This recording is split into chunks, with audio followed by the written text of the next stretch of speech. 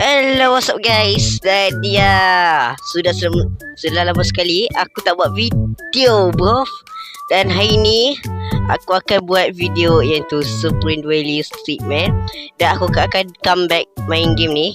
Dan dah ada update baru yang itu dia dah 4.0.2. Dan kat sini ada banyak sword item lah. Dan kat sini ada yang baru iaitu spring kot. Ya, mungkin lah. Ada spring, ada fan, yo-yo, shuffle, umbrella. Ya, aku tak tahu umbrella ni dia OP ke tak, sebab aku baru unlock satu je, yang fan ya. Dan ada beberapa reward iaitu blade dengan shuriken. Okay, ya, kita akan guna yang ni dulu. Dan kita akan ambil map kita. Ya, kita akan showcase dulu. Yang pertama ialah ini aku ya. Oh well lah. Oh wow. Ternyata skill dia boleh ni ya. Dan baik, kita cuba dulu. Wow, berkontrol. Wow.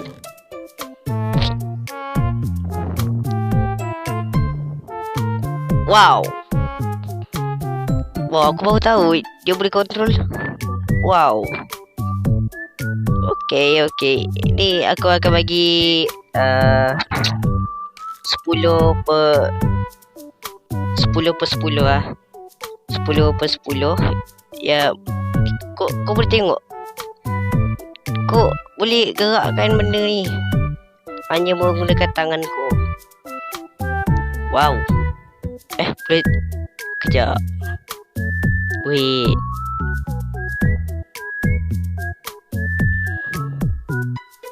Oh, tak apalah, tak AD.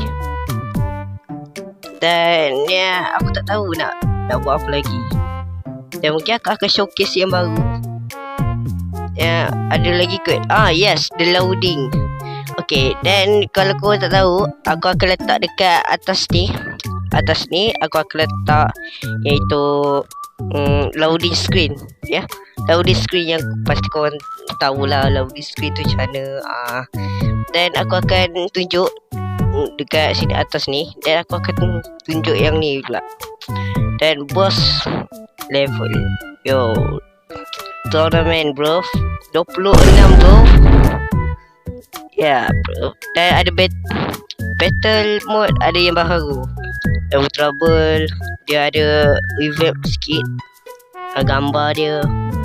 Ni no heal bot, super jump, mirror mode, random gravity. Yang ni aku dah unlock menggunakan duit 100. Very active. Masih banyak lagi lah. Dan dan map editor aku rasa tak ada. Dan mini game pun ada juga yang baru iaitu bomb attack stick.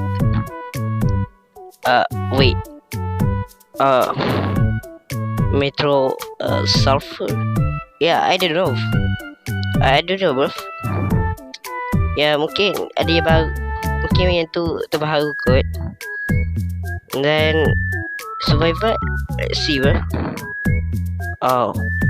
Wake up. Lah, ini map baru.